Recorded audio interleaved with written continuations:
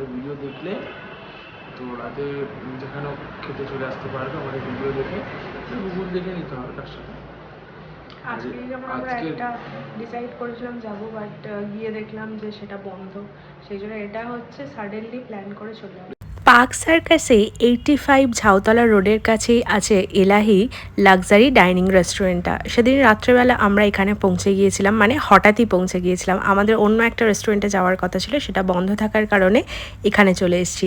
আর চলে এসে মানে আমরা তো ভীষণ সারপ্রাইজড, মানে হোটেলটা এত সুন্দর লাক্সারি, আর মানে সত্যি নামটা তো একদম মানে হোটেলের সাথে যাচ্ছে। আর ভীষণ সুন্দর অ্যাম্বিয়েন্স ছিল, ভিতরে ভীষণ টিপ টপ সাজানো। এসে তো যথারীতি মেনু কার্ড দেখতে শুরু করে দিয়েছি আমরা, তোমাদের জন্য একটু অ্যাম্বিয়েন্সটা দেখিয়ে দিচ্ছি। আর ভীষণ ভালো ছিল ওখানে, ব্যবহার বলো খাওয়ার দাওয়ার বলো সমস্তটাই ভীষণ ভালো। আস্তে আস্তে ভিডিওটা দেখতে থাকো।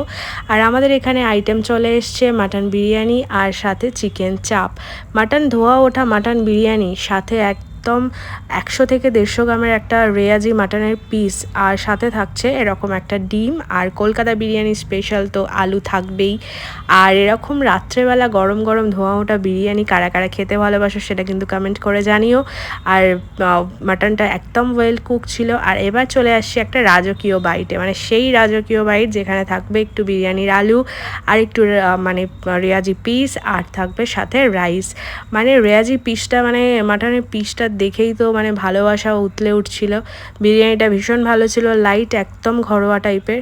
আর এখানে চলে আসছে চিকেন চাপ, চিকেন চাপটাও ভীষণ ভালো খেতে ছিল, যেটা রুটির সাথে বেশি ভালো লাগতো। একটু সুইট অ্যান্ড স্পাইসি ছিল, আর ওপর থেকে একটু খোয়া ক্ষীর দেওয়া ছিল, বেশ ভালো। এরকম রোগান দিয়ে কে কে খাও সেটা আমাকে জানিও কমেন্ট করে।